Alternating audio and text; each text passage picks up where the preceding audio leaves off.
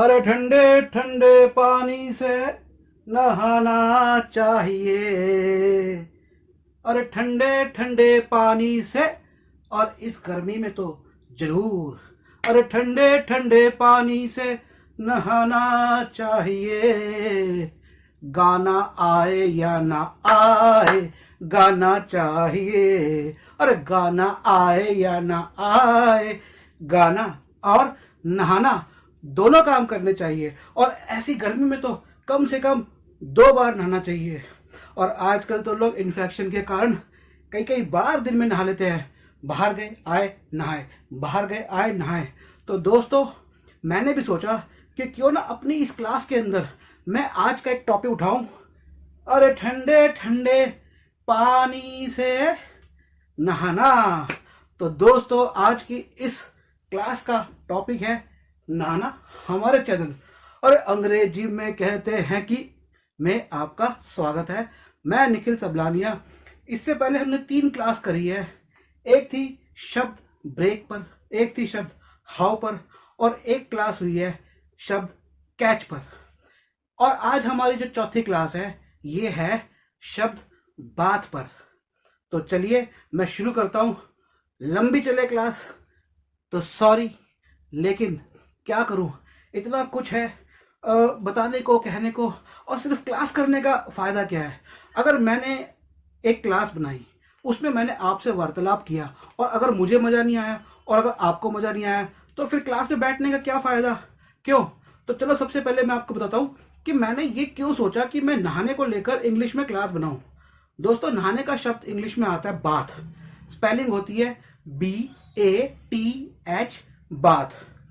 ये नाउन है, संज्ञा है, अपने आप में है, इसका भाव नहीं है। ये हमें सिर्फ एक, ये क्रिया नहीं है, क्रिया रहित है, ये भाव है। अब आप कहेंगे भैया हम तो नहा रहे हैं, और नहाना तो एक एक्टिविटी है, एक क्रिया है, तो आप कैसे कह रहे हो कि नहाना इंग्लिश में बाथ एक क्रिया नहीं है, एक संज्ञा है। तो दोस्तों, इसको ऐसे समझिए, और मैं पूरी कोशिश करूंगा कि आपको समझ में आए। देखिए, नहाना और नहाया। नहाना, नहाना, नहाना अपने आप में कोई क्रिया नहीं हो रही। लोग नहा रहे हैं, नहा रहे हैं। मैं नहा रहा हूं, मैं नहाना नहा रहा हूं। कुछ ऐसा कोई बोलता है लोग नहाना नहा है, कोई ऐसे बोलता है नहीं ना। तो नहाना भी कहीं ना कहीं एक इंग्लिश का जो बात है वो एक नाउन है, अपने आप में कोई क्रिया नहीं है। हाँ, ब्रिटिश लोगों ने इसको क्रिया बना रखा है, लेकिन ज़्यादातर जो इसका इस्तेमाल है वो एक नाउन के रूप में होता है। चलिए अब ये नाउन क्रिया हटाते हैं। अब सबसे पहले मैं बताता हूँ कि आपको कि मैंने एक क्लास बनाने की सोची क्यों। अब मेरा एक छोटा सा छात्र, अब उसे पूछता, मैं नहाने जा रहा हूँ, इसे क्या बोलेंगे, मैं नहा रहा हूँ, इसे क्या बोलेंगे। तो सच बताऊं, मुझे पता है क्या बोलेंगे, लेकिन एक ग्रामेटिकल और एक क्लैरिटी होनी बहुत ज़रूरी है। मैं इंग्लिश में बोल सकता हूँ क्योंकि मैं इंग्लिश में पढ़ना लिखना मेरा हुआ, फिल्म्स देखना ये वो तो ठीक है, लेकिन हमें जब तक क्लियरिटी ना हो। हिंदी में क्या चीज़ क्लियर है हम इजीली बता देते हैं क्योंकि हिंदी हमारी भाषा है, लेकिन हमें इंग्लिश में क्लियरिटी नहीं होती। तो मैंने सोचा कि मेरी तरह हो सकता है कि लाखों लोग ऐसे हो जिनकी क्लियरिटी ना हो, आने वाले ऐसे कई छोटे छोटे नन्हे मुंडे बच्चे हो जिनकी क्लियरिटी ना हो, तो मैं उनकी क्लियरिटी, उनकी स्पष्टता दूर कर देता हूँ। तो दोस्तों, इस क्लास को मैंने किस तरह से डिज़ाइन किया, पहले मैं आपको ये बताऊंगा। इस क्लास के अंदर के लिए मैंने स्पेशल स्पेशल लगभग लगभग 30-35 वाक्य तैयार किए, जो रोजमर्रा के वाक्य हैं। साथ में एक लिस्ट तैयार करी है इधर। यह लिस्ट आपको बताती है कि बात शब्द से जुड़े क्या शब्द है, और थोड़ा बहुत ग्रामर और प्रचलन में जो आइडियम्स हैं, मुहावरे हैं। तो सबसे पहले मैं अब आपको बताया कि बात शब्द का मतलब नहाना हुआ, जो कि एक नाउन है। तो सबसे पहले मैं शुरू करता हूं जो सेंटेंसेस मैंने बनाए हैं। अब इसके अंदर मैं थोड़ा थोड़ा रुक रुक के चलूंगा। मैं यहां से एक सेंटेंस बोलूंगा, वेट करूंगा, आपको अपने मन के अंदर 2 से 3 सेकंड में, 2 से 3 सेकंड में, अगर आपको इंग्लिश आती है अच्छी बात है, नहीं भी आती तो वेट करिए, क्योंकि जिनको नहीं आती उनको वेट करना होगा, और जिनको थोड़ी बहुत आती है, जिनको अच्छी आती है, उनको थोड़ा सा टाइम मिल रहा है ताकि वो उसका अनुवाद, उसका ट्रांसलेट करे इंग्लिश के अंदर। तो सबसे पहले मैं यहाँ से सेंटेंस पढ़ूंगा। ये आपको नज़र नहीं आ रहा, यहाँ आपको, यहाँ ये सामने आपको, इधर आपको लिखे हुए आएंगे या इधर आपको लिखे हुए आएंगे। तो मैं शुरू करता हूँ और आपको बताना है कि मैं क्या बोल रहा हूँ। मतलब मैं जो हिंदी में आपको बोलूँगा, रोज़मर्रा के इस्तेमाल की, रोज़मर्रा की बातें हैं, लेकिन हमें रोज़मर्रा की बातें भी नहीं आती। तो सबसे पहला वाक्य जब मैं आपको बताऊँगा, मैं नहा रहा हूँ, I am taking a bath. अब इसमें भी दो बातें हैं, I am taking a bath या I am having a bath, दो अलग अलग है। I am taking a bath, I am having a bath, और दोनों सही है। फर्क ये है कि अमेरिका में आई एम टेकिंग ए बाथ बोलते हैं, ब्रिटेन में आई एम हैविंग ए बाथ बोलते हैं। इंडिया में जब टीचर पढ़ाते हैं तो वो ज़्यादातर आई एम हैविंग ए बाथ बोलते हैं। लेकिन प्रचलन प्रचलन भाषा का ज़्यादा महत्व रखता है, इसलिए हम लेते हैं I am taking a bath. अब दूसरी बात इसमें समझने की है, देखिए बाथ का प्लूरल बहुवचन होता है बाथ्स, बाथ्स। बाथ को हम तो क्योंकि इंडियन है तो बोलते हैं बाथ, बाथ, बट ये एक्चुअल में जब कोई ब्रिटिश बोलेगा bath, bath, bath, I am going to take a bath. German, अगर जर्मन इंग्लिश बोलेगा I am going to take a bath, bath, bath, bath. तो हम तो चबा के बोलते हैं, हमने बोल दिया I am going to take a bath, क्योंकि मैंने टी एच पढ़ा, मैंने कहा था होता है तो मैंने बोला था bath, I am going to take a bath. But कोशिश करिए I am going to take a bath, तो जो था है उसको था ना बोले जोर देकर, उसको अंदर ही रखिए और देखिए क्या हवा निकलती है मुंह से। I am going to take a bath, I am going to take a bath. ठीक है, अब अगला सेंटेंस, मैं नहाने जा रहा हूं, tick 1 2 3 4 5, I am going to take a bath, I am going to take a bath. अब ए बाथ, बाथ क्योंकि अपने आप में एक क्रिया नहीं है, एक नाउन है, तो कोई भी नाउन हो, कोई भी संज्ञा हो, उसकी संख्या निर्धारित होती है, समझ रहे हैं? जैसे पेन एक नाउन है, पेन ए पेन, टू पेन्स, समझ रहे हैं? तो बाथ एक है तो हमेशा उससे पहले ए बाथ लगाएंगे, ए बाथ। कई जगहों पे नहीं लगाते, लेकिन वो बोलने पर निर्भर करता है, प्रयोग पे निर्भर करता है कि आप किस तरह से उसको प्रयोग कर रहे हैं। अगला सेंटेंस मैं आपको देता हूं, मैं नहाऊंगा, tick 1 2 3 4 5, I will take a bath. अब कई लोग नहाते हैं शावर में, शावर समझते हैं, वो गुसल खाने में लगता है, बारिश आती है तो उसके लिए बोलेंगे मैं नहाऊंगा, I will take a shower. नहाऊंगा, अगर मैं शावर में नहाऊंगा तो मैं नहाऊंगा इसमें शावर में, तो I will take a shower, और नॉर्मल में नहाऊंगा या बाथ टब में नहाऊंगा तो I will take a bath.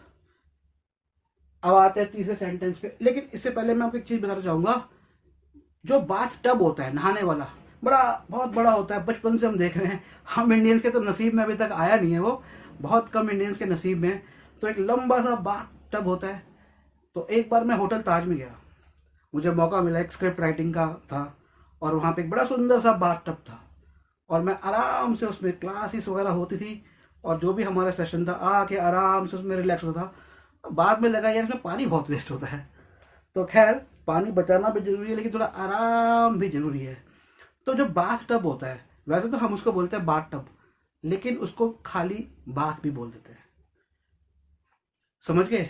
तो I am going to take a bath, इसका मतलब ये भी हो सकता है कि मैं नहाने जा रहा हूँ डब्बे से पानी डाल के, या इसका मतलब ये भी हो सकता है कि फिर मैं बाथ टब में बैठ के बबल बाथ, बबल बाथ फुल फुलाते, गुलगुलाते, सफ़ेद सफ़ेद मोती जैसे, जैसे वो लक्स की एड में हीरोइन नहाती है, वैसे बैठ के बात बात करूंगा। I will take a bath in a bath, I will take a bath in a tub. चलो अगला सेंटेंस देखता हूं, मैं नहा लूं। अब अक्सर घर में बच्चे बोलते हैं मम्मी से अब मम्मी मैं नहा लूं। पति बोलता है पत्नी से, अरे मैं नहा लूं क्या, मैं नहा लूं।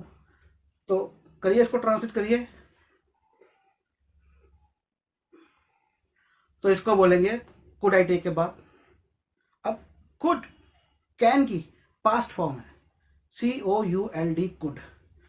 लेकिन दोस्तों इसको हम एक क्वेश्चन पूछने में भी लगा देते हैं, और ये अमेरिकन स्टाइल है। आप कह सकते हैं can I take a bath, shall I take a bath. British लोग shall I take a bath, American could I take a bath. तो क्या मैं नहा लूं, can I take a bath, could I take a bath. Next sentence करते हैं।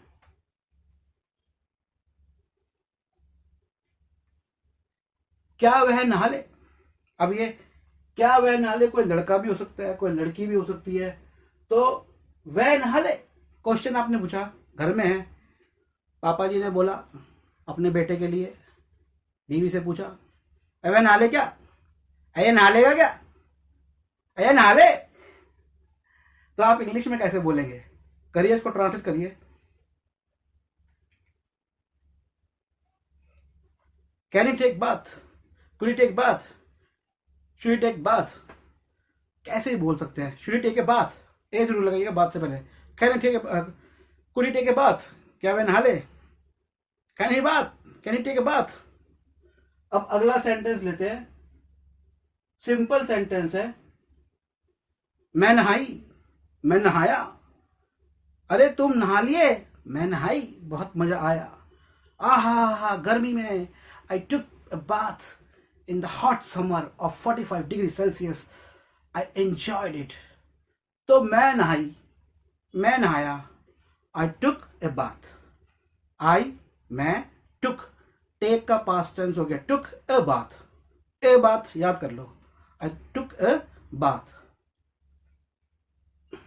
मैं नहाऊंगी, मैं नहाऊंगा। सुबह सुबह उठे, उठ के बोले, अरे यार सर्दी का मौसम है, बड़े दिनों से हम नहाए नहीं है, लेकिन आज तो मैं नहाऊंगा। So I will take a bath, I am going to have a bath. मैं नहाने जा रहा हूं, I will take a bath. अब सुबह सुबह दादाजी उठे, गर्मी के मौसम में, रात में चिपचिपाती गर्मी उन्होंने निकाली, गए, टक टक टक, अरे कौन नहा रहा है। अब इसको आपको ट्रांसलेट करना है, अरे कौन नहा रहा है। तो करे, ट्रांसलेट करे, देखते हैं मैं आप ट्रांसलेट कर पाते हैं नहीं। तो अरे कौन नहा रहा है, who is taking a bath, who is, who कौन, हु इज कौन है, मतलब प्रेजेंट में पूछ रहे हो, अभी के समय में पूछ रहे हैं, who is taking a bath. अब अगला सेंटेंस आते हैं। अब लाइन लगी पड़ी है, कई जगहों पे बड़ा परिवार, बड़ा खुशहाल परिवार होता है, क्योंकि सुबह से लेकर रात तक उनमें इतना एंटरटेनमेंट होता है कि उनको फिल्म देखने का, टीवी देखने का, कहीं घूमने फिरने की जरूरत नहीं पड़ती, क्योंकि सारे चरित्र, सारे किरदार, सारी परिस्थितियां, सारी कंडीशंस, सारी सब कुछ परिवार में मौजूद होती है। तो कई बार टॉयलेट के आगे या बाथरूम के आगे लाइन लगती है। तो अब अगला हमारा सेंटेंस ऐसी परिस्थिति से है, अब कौन नहाएगा। अम्मा जी बोली, अरे भैया बबलू तो नहा लिया, अब कौन नहाएगा। अब आप बोलिए अपनी अम्मा को, अम्मा इंग्लिश सीख रहे हैं, अगली बार से बोलिएगा, Bablu has taken bath, who will take a bath next, who will take a bath now. समझे। तो अब कौन नहाएगा, who will take a bath now. Okay. तो मैं सोच रहा था कि आप में से बहुत से लोग जब भी आप घर के अंदर इंग्लिश इस्तेमाल करेंगे तो ये नहाने को तो शब्द छोड़ दीजिए, और घर में सबको बोल दीजिए, अब हम नहाने जा रहा हूं, आगे से बोलूंगा I am going to take a bath, सब समझ जाना।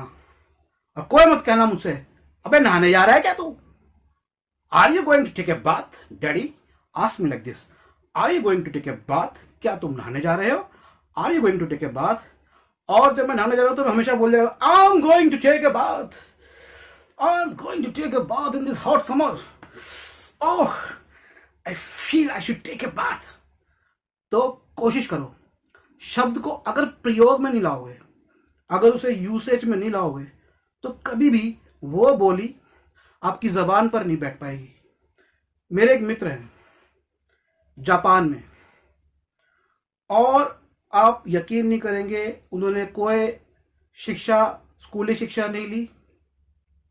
जापान में कभी उन्होंने किसी से जापानी नहीं सीखी। हाँ, ये जरूर था कि किसी व्यक्ति की गाड़ी साफ करते थे, और गाड़ी साफ करने वाले को जापानी आती थी, और जापानी सीख के जापान चले गए। आज उनका जापान में सब्जियों का कारोबार है। तो उन्होंने भाषा फॉर्मली किसी से नहीं सीखी। जिस टाइम पे वो जापान गए, कोई ऐसा भी नहीं था कि यूट्यूब पे कोई भाषा सिखाने वाला व्यक्ति हो। सीख ली। क्यों सीखी? क्योंकि अब भाई काम करना है तो बोलना ही पड़ेगा, नहीं आएगी तो भी जानना पड़ेगा। जब कोई इंसान कहीं काम करने जाता है तो वो सीखता रहता है, बोलता रहता है। आपको मैं बताता हूँ, मैं चाइना गया और मैंने वहाँ जाके, मेरे को एक गाइड मिली थी चाइना के बीजिंग, पिएचिंग फिल्म अकेडमी, जिसे हम बीजिंग बोलते हैं, उसका नाम है पिएचिंग। तो वहाँ पर थी वॉन्ग, और basically she was a translator थी, वो अनुवादक थी मेरी। और मैं उससे बहुत पूछता था और वो मुझे ट्रांसलेट करके बताती थी। और कई सारे शब्द मैंने चाइना के सीखे, और यहाँ पर आकर फिर मैंने 2 साल का कोर्स अटेंड करना शुरू किया। लेकिन इसी बीच मेरा लॉ में एडमिशन हो गया दिल्ली यूनिवर्सिटी में, और मुझे अपनी चाइनीज़ क्लासेस छोड़नी पड़ी। लेकिन उन कुछ दिनों में जब मेरे को ज़रूरत थी तो मैंने बड़ी अच्छी चाइनीज़ सीख ली थी 10 दिनों के अंदर। और उसके बाद बहुत फटाफट मेरे जो फ्रेंड है कुशल शर्मा, उनमें एक खासियत है कि वो जिस भी जगह जाएं उनको वहाँ की भाषा आ जाती है। तमिल, तेलुगु, अफगानिस्तान गए तो पश्तून आ गई उनको, कलकत्ता गए तो बंगाली आ गई। He is such a brilliant person and he is an extraordinary person. एक असाधारण व्यक्ति है वो। शायद ही कोई मैंने अब तक ऐसा व्यक्ति देखा है। हाँ, किससे जरूर सुने कि ऐसे लोग रहे हैं इतिहास के अंदर जिनको अलग अलग भाषाएं आती हो, लेकिन एक ही स्थान की भाषा आना और अलग अलग स्थान की भाषा आना, इसमें बड़ा फर्क है। लेकिन उन्होंने मुझसे कहा, अरे देखो चाइनीज़ आ गई, चाइनीज़ तो बहुत मुश्किल है। लेकिन मैंने कहा नहीं, चाइनीज़ बहुत आसान है। मुझे आसान क्यों लगी थी? क्योंकि मुझे लगा था कि मुझे वहाँ पे जाके मैं रहा, मैंने लोगों से बात करी, कई फ्रेंड्स बने, तो एक एक जब मैंने कोशिश करी बोलने की तो वो आसान लगी। ऐसी जब आप इंग्लिश को कोशिश करेंगे, अपने परिवार में लोगों को कहेंगे, परिवार में लोगों को सबको कह दे कि भैया देखो, आप चाहते हो हमें इंग्लिश बोलें, हम बोल लेंगे, लेकिन किससे बोलेंगे? आप नहीं बोलोगे तो हम भी नहीं बोलेंगे। क्लास में बैठ के और एक क्लास अटेंड करके, या स्कूल में, दोस्तों 12वीं तक इंग्लिश होती है, ग्रेजुएशन में इंग्लिश होती है, तब भी लोग इंग्लिश में नहीं बात कर पाते। मैं आपको बताता हूँ, एडवोकेट, मेरे पास एक एडवोकेट का फ़ोन आया था, वो स्पीकिंग इंग्लिश करना चाहते थे, और मेरे एक बहुत ही सीनियर मित्र हैं, और ये उन्होंने मुझे कॉम्प्लीमेंट दिया, लेकिन बड़ा प्यारा सा कॉम्प्लीमेंट था। पहले मैं आपको थोड़ा सा उनके बारे में बताऊं। वो एक राज्य की सरकार से रिटायर्ड सेक्रेटरी है, रहे हैं, और लगभग 15 से 20 उन्होंने इंग्लिश में बुक्स लिखी हैं, और उनकी बुक्स इतनी बेहतरीन है और उसमें उनकी इंग्लिश इतनी बेहतरीन है। लेकिन उन्होंने एक दिन मुझसे एक बड़े ही सिंप्लिसिटी में, बड़े ही सॉफ्टली, बड़े ही पोलाइटली, बड़े ही हम्बली, नम्रता से एक उन्होंने मुझसे अपनी मन की बात कही कि, और साथ में मेरी गलती भी उन्होंने मेरे को बताई कि निखिल, मैं उन्हीं के अंदाज में बोलता हूँ, सोचिए एक 80 वर्षीय व्यक्ति आपसे बोल रहा है, तब आप 35 के हो या 34 के हो। निखिल, तुम इंग्लिश में जैसे बोलते हो मैं बोल नहीं पाता, हालांकि तुम गलत बहुत बोलते हो।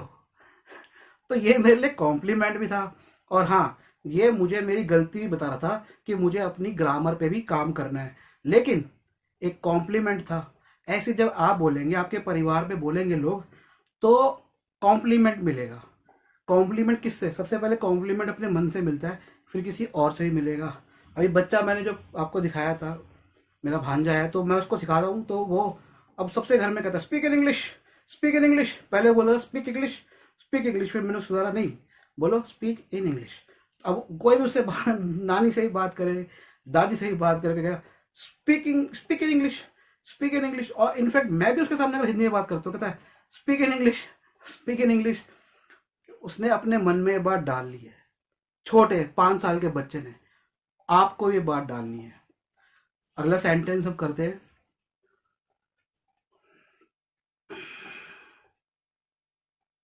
अब लाइन लगी थी, पूछा who will take the bath next. अब who will take a bath next, अब किसी ने कहा कि भैया मैं जाऊंगा नहाने के लिए,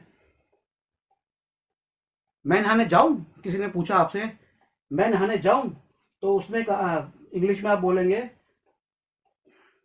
could I go for a bath, shall I take a bath, can I take a bath, can I go for a bath. समझ गए कि मैं नहाने जाऊं। अब अगला सेंटेंस है, आपको ट्रांसलेट करना है, और ये मेरे से भी नहीं हुआ है ट्रांसलेट। मैं भी एक कन्फेशन करता हूं कि मुझसे भी ये नहीं हुआ है।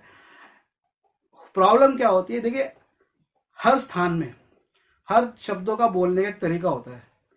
इंडिया में ही हिंदी अलग अलग तरीके से बोली जाती है। तो अब हम तो हिंदी में बोलते हैं एक बात, लेकिन हमें पता होना चाहिए ना कि वो भाव हम इंग्लिश में कैसे बोलेंगे। अब भाव यह है, अब बच्चा नहाता नहीं है, खेलता कूदता रहता है, अब गया नहाने, पीछे से मम्मी जी बोली अरे मिन्नू रगड़ रगड़ के नहाइयो, रगड़ रगड़ के। अब बच्चा इंग्लिश सीख रहा, और बच्चे के दिमाग में आया मम्मी सेइंग दैट रगड़ रगड़ के नहाना, व्हाट इज दिस रगड़ रगड़ के, रगड़ रगड़ के। मेरे पास आया, मैंने कहा भाई मुझे भी नहीं पता। तो रगड़ने को कहते हैं स्क्रब या रब, सिंपल। और स्क्रब ज्यादा तेज रगड़ने को हम स्क्रब बोलेंगे। तो मैंने जो इसका सेंटेंस बनाया, आप सोचिए क्या हो सकता है। सेंटेंस है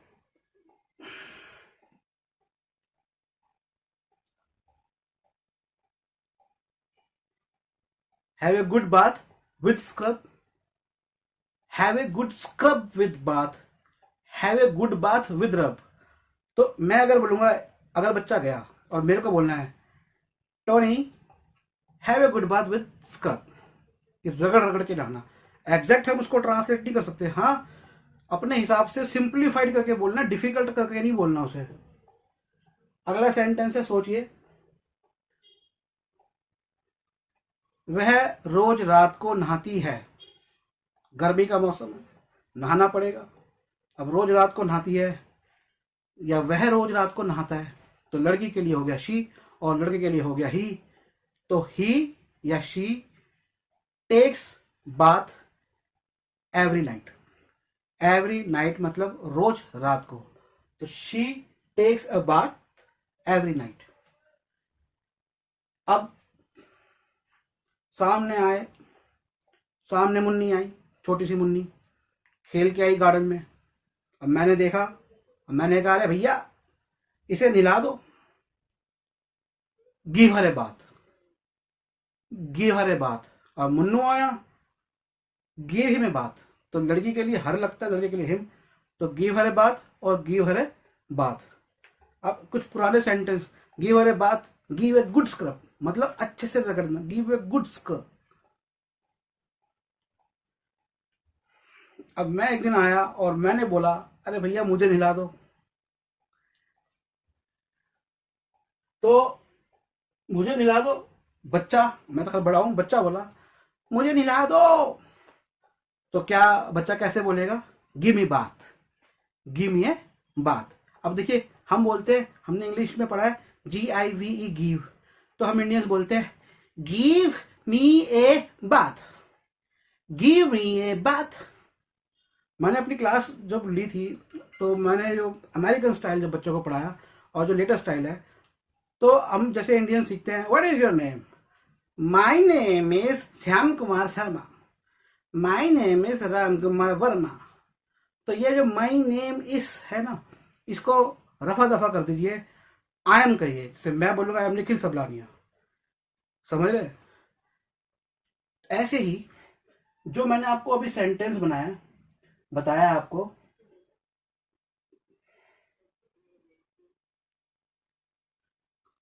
गिव हिम ए बात, इसे नहला दो, थोड़ा दिमाग उधर रहा है, तो मुझे नहला दो, गिव मी बात।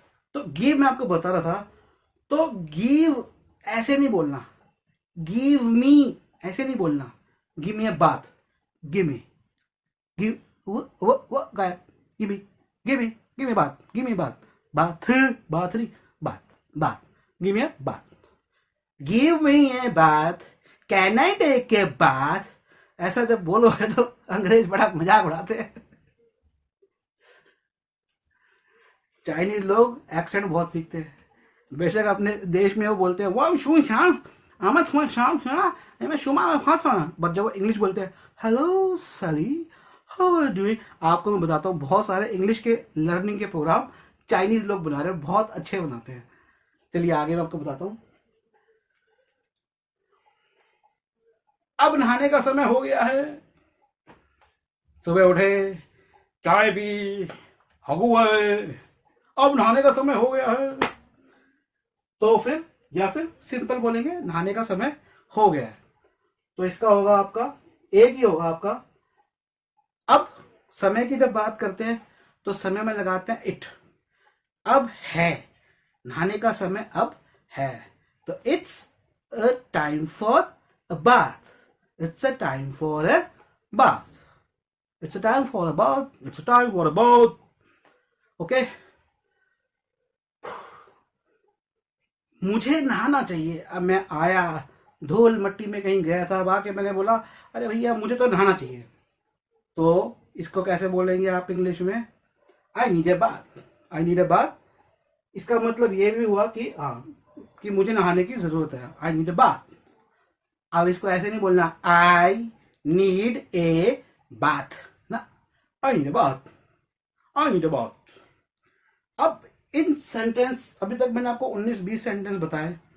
अब जो हमने पहले की क्लासेस करी है उनके जो शब्द थे, उन शब्दों के साथ जो हमारी आज की ये क्लास है बात की, उनको जोड़ के मैंने आपके लिए कुछ सेंटेंस तैयार किए हैं जो एक्सरसाइज है।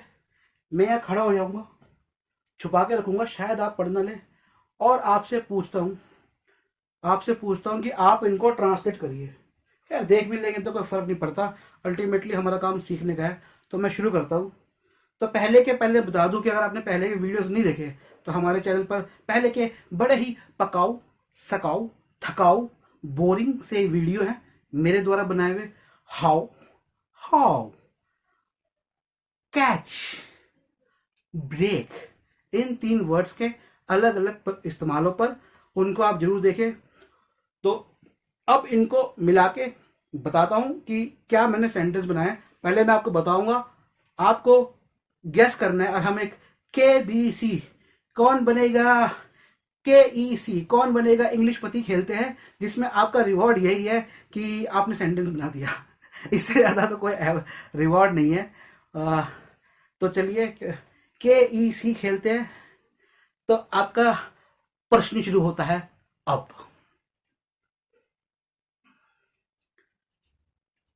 पहला, मैं इंग्लिश में पूछूंगा। हाँ है, सिंपल, इंग्लिश में आपको सिर्फ हिंदी बताना है।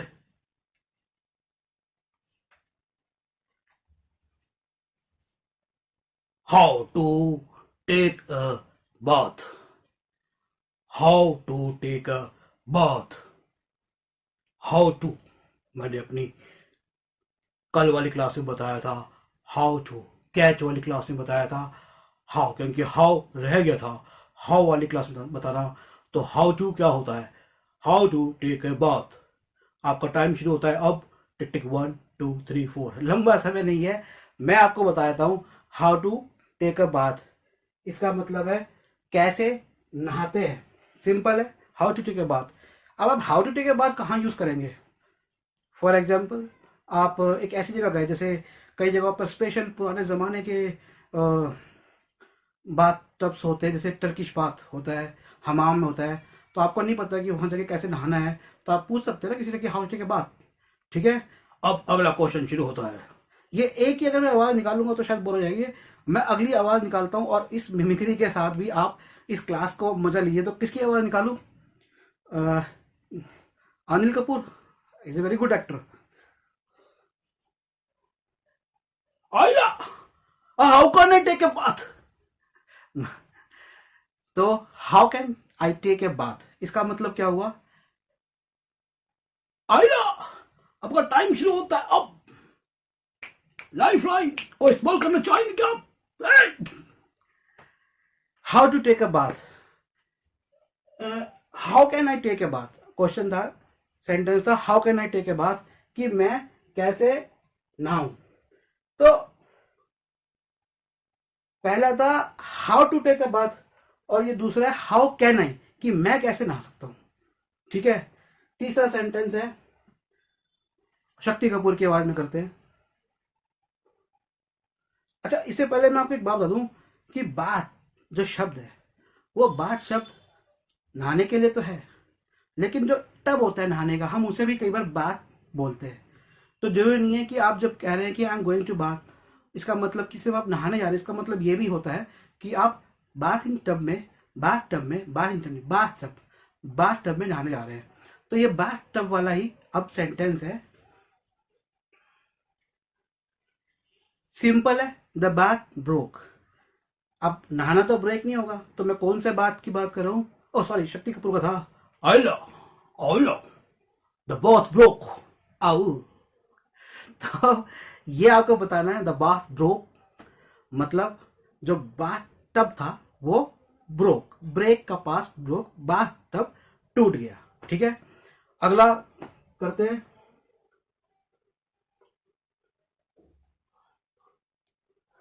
अभी मैं काम कर रहा था बहुत, अब मैंने कहा यार थोड़ा टाइम निकालता हूँ, और टाइम निकाल के किसी एक एक्टर में आपको बताता हूँ, शाहरुख खान की उसमें करते हैं कि मैं अभी टाइम निकाल के थोड़ा नहाने जा रहा हूँ। ठीक है, तो मैंने इंग्लिश में बोला, मैंने तो आपको बता ही दिया हिंदी में, तो खैर मैं आपको इंग्लिश में बताता हूँ इसका।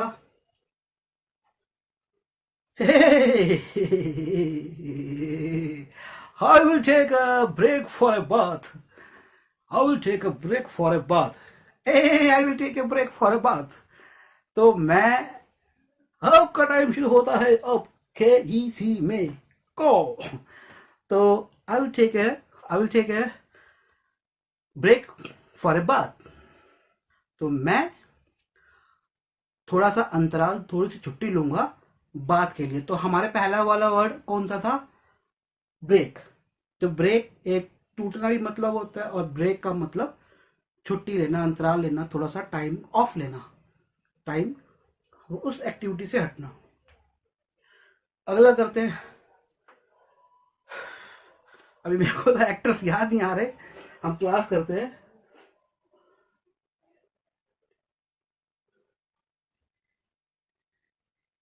एक पुराने एक्टर है, उनकी एक्टिंग कर लेता हूं। तो सेंटेंस है, catch me at a city जानी, catch me at a city bath. पुराने एक्टर, तो सेंटेंस भी पुराना मैंने लिया। सिटी बाथ मतलब एक ऐसी जगह जहां पर शहर के लोग आके नहाते हैं। तो catch me at a city bath, catch मी। अब मैंने आपको कैच शब्द बताया था, इसका मतलब ये भी होता है कि किसी के कोई काम जो कर रहा है उसके उस स्थान पर जाकर मिलो। तो catch me at a city bath, जल्दी जल्दी जवाब दीजिए, आपका टाइम शुरू होता है अब के इसी में कौन बनेगा इंग्लिश पति। आपने सोचा होगा। तो इसका है कि मैं नहाने के लिए शहर के स्नानागृह जा रहा हूँ, मैं शहर के, I am going to a city bath. तो यहाँ पे जो बात है, ये नहाना नहीं है सिर्फ, इसका मतलब है स्नानागृह। तो मैं आपको बताता हूँ कि जब हम 6th में थे तो हमने हिस्ट्री पढ़ी, उसमें हड़प्पा और मोहनजोदाड़ो को हमने पढ़ा, और उसके अंदर एक, आपने भी पढ़ा होगा बहुत से लोगों ने, द ग्रेट बाथ। हिंदी में तो मुझे नहीं पता कि उसे क्या बोलते हैं, विशाल बाथ बोलते हैं, या धार्मिक धार्मिक स्नान बोलते हैं, क्या बोलते हैं। ग्रेट बाथ हमारे भारत में से प्रचलन है कि हम लोग धार्मिक स्थानों पे जाके एक दिन पूरा का पूरा भीड़ जमा के ऐसे यूं जाते हैं, लद के जाते हैं कि नहा के आएंगे, और हम उन जगहों पे नहा के आते हैं। भारत ही नहीं, कई देशों के अंदर है, कई धर्मों के अंदर है। तो इसे कहते हैं ग्रेट बाथ। तो ये जो बात होता है, इसका मतलब ये नहीं कि हम सब जाके नहाते हैं, तो नहाने को ग्रेट बाथ वो स्थान है जो कि हम नहाते हैं। तो I am going to a city bath मतलब मैं कि शहर के स्नानागृह में जा रहा हूँ नहाने के लिए। अगला करते हैं। सेंटेंस मैंने आपको बताया था, catch me at a city bath. अगला है,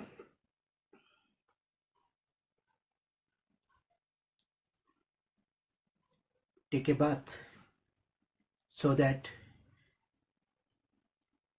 you won't get infection, especially today।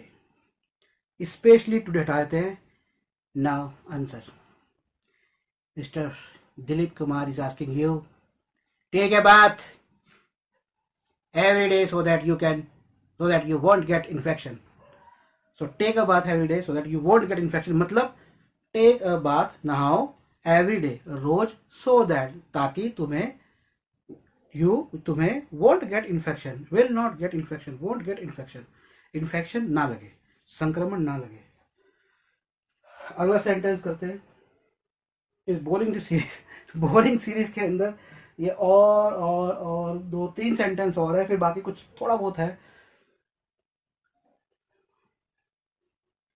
अब कई लोगों की याद होती है, अरे भैया हमने तो सुबह उठते उठते एकदम से नहा लिए, क्या कर दिए। अब हम किसी गायक की भी एक्टिंग कर सकते हैं, तो एक बड़ी पतली सी आवाज वाले गायक है कैलाश खेर, अरे भैया हम तो सुबह सुबह उठ के नहा लिए यार, क्या करें। और थोड़ी देर में अदाएं भी है, हाँ हाँ हाँ, तो हमने सुबह सुबह फटते ही हमने नहा लिए। तो I took a bath at day break, या एट द डे ब्रेक। तो डे ब्रेक मैंने आपको बताया था कि सुबह सुबह उठते ही सुबह सुबह की जो सुबह की या रोशनी के दिन में जो पहली किरण होती है, जब जब रोशनी निकलती है उस समय कहते हैं डे ब्रेक। पहले वाले वीडियो में जाकर देख सकते हैं। तो सुबह उठते ही नहा लिया, I took a bath at day break, मैंने पौ फटते ही नहा लिया।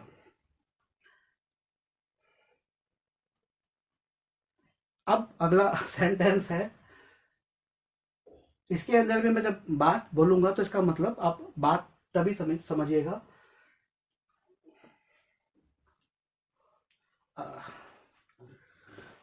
अब ये थोड़े अक्षय कुमार के स्टाइल में बोलता हूँ आपको। The bath broke up into pieces. The bath broke up into pieces. The bath broke up into pieces. अब आंसर दो क्या इसी में। सो आपको आंसर मिला कि the bath broke up into pieces. तो ब्रोकअप मैंने आपको बताया, तो ब्रोकअप होता है कि जब टुकड़े टुकड़े हो जाता है। तो जो बाथ टब था, यहाँ बाथ टब की बात कर रहे हैं, जो बाथ टब है वो पीसेस में टूट गया, ब्रोकअप। ठीक है, अगला सेंटेंस है, एक पुराने विलन रहे हैं अमजद खान, कोशिश करते हैं उनके स्टाइल में सेंटेंस आपको बता देगी।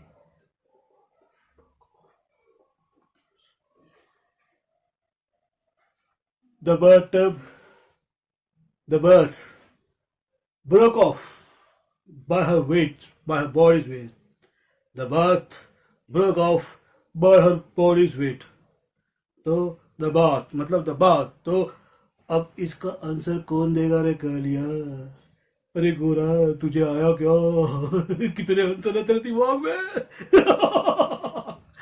तो इसके आपको आंसर बताना है।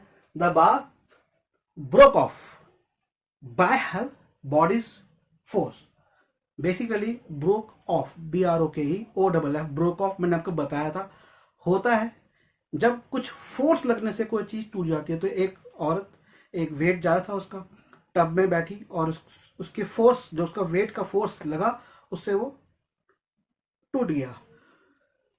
ठीक है, अगला हम करते हैं, लास्ट है इस सीरीज के अंदर, एक आध और है।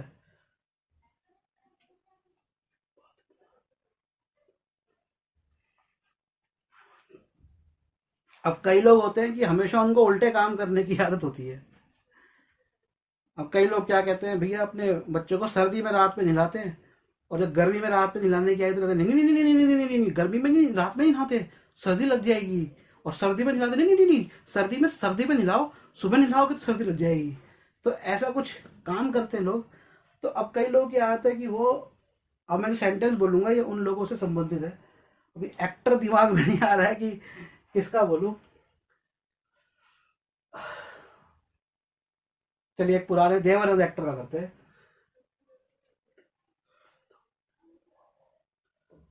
Oh, I took both in the winters and got and my whole business and got cold and my whole business broke down. So I took bath in the winters and I got cold and my whole body and my whole business got broke down.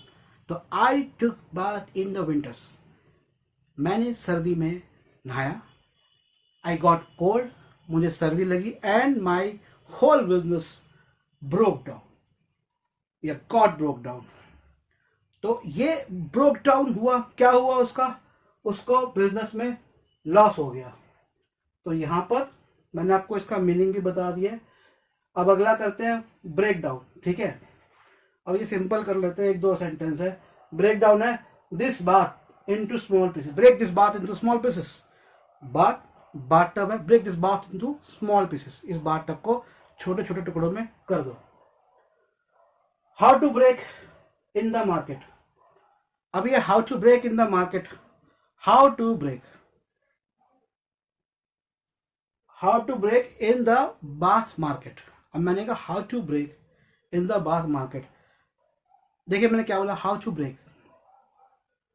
Break यहां पे तोड़ने का मतलब नहीं है, यहां पे होता है कहीं पे किसी स्थान में घुसना, क्रैक करना, कि यार हम बाथ टब की मार्केट में बिजनेस शुरू किया, हम घुसना चाहते हैं। तो हाउ टू ब्रेक, कैसे घुसे, तो हाउ टू ब्रेक, तो हाउ टू भी आ गया। ब्रेक का मीनिंग ये हो गया किसी स्थान में, किसी जगह पे घुसना, नई अपॉर्चुनिटी लेना, how to break in the bath market. अब एक आइडिया में एक मुहावरा है, throw the baby out with the bath water, you have thrown the baby out with the bath water. तो ये है कि जब मतलब थ्रो द बेबी आउट, तो बच्चे को नहीं फेंक रहे हो, बेबी का मतलब बच्चा नहीं, बेबी का यहाँ पर संदर्भ है कि जरूरी चीज, throw the baby out with the bath water, कि जो नहाने वाला पानी गंदा पानी हो गया, मतलब जो गैर जरूरी चीज है उसके साथ भी आपने एक बेबी जैसी जरूरी चीज को फेंक दिया।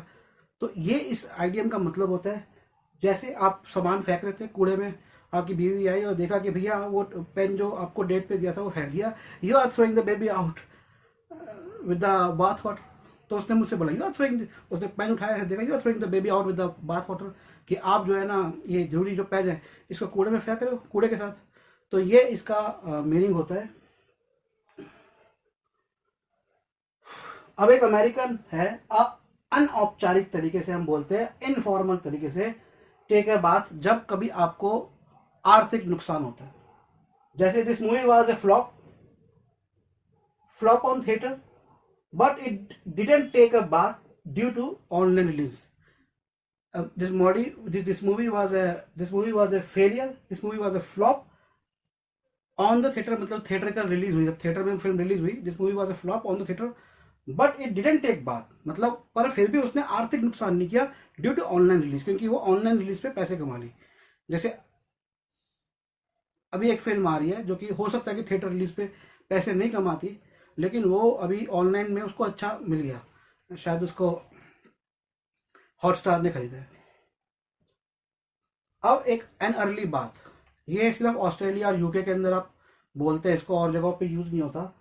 एन अर्ली बाथ मतलब किसी का शुरू होने से पहले समाप्त हो जाना, pre mature end of A task, काम शुरू हुआ ही नहीं, कहते ना अरे गंगा भाई नहीं आ गए लोग हाथ धोने के लिए, काम शुरू हुआ ही नहीं और पहले ही लोग जो है ना ऐसे आ गए कि भैया काम ही रुक गया और गंगा चली गई उधर। तो my English classes was an, ये मैंने एक सेंटेंस डाला है, my English classes was an early bath due to lockdown. तो मेरी इंग्लिश क्लासेस तो रुक गई लॉकडाउन की वजह से। So my English classes was an early bath due to lockdown. अब एक होता है टॉन्सिल बात, ई गले वाला टॉन्सिल जो गोल गोल होता है। तो टॉन्सिल बात एक शब्द है, पुराने जमाने में अंग्रेज लोग कहा करते थे जब भी उनको जाना पड़ता था मधुशाला, लेट्स हैव अ टॉन्सिल बात। तो टॉन्सिल बात अभी यूज नहीं होता है, किसी को बोल मत देना।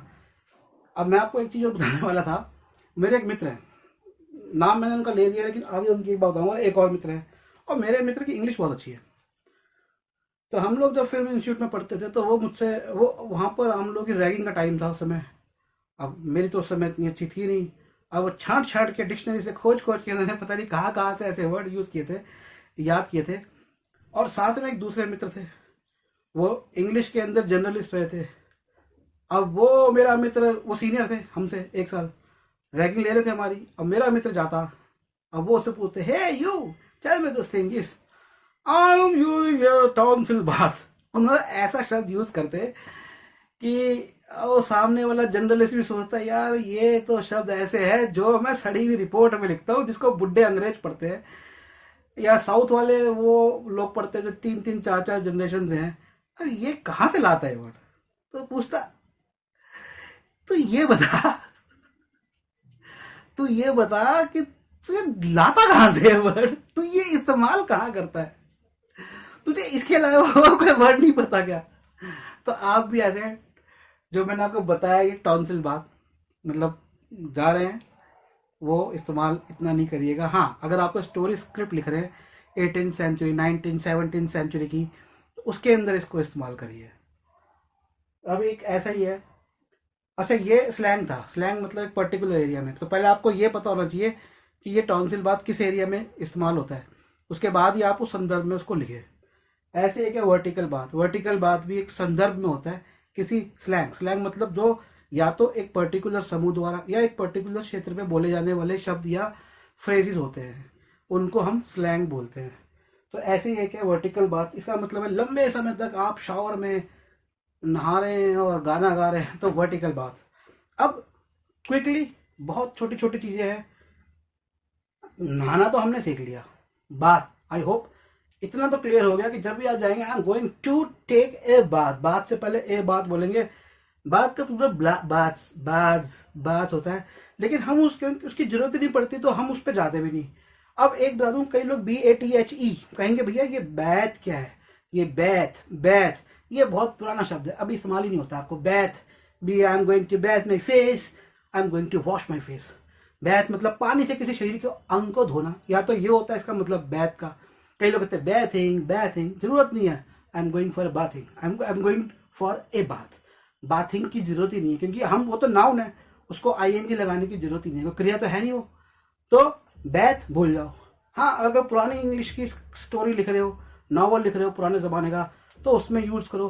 बैथ का एक और मतलब होता है कि समुद्र में जाना, नदी में जाके। पुराना एक अंग्रेज है 17वीं शताब्दी का, मेरे जैसा गंदी सी मूछें रखा हुआ। मैं पहले आपको अपनी ये मेरी मूछें कट गई, ये नहीं आ रही है। ये इंडिया का फैशन फॉरेन गया और अभी ये यूरोप में चल रहा है, और मैंने भी एक यूरोप की फ्रेंच सीरीज को देख के रखा है।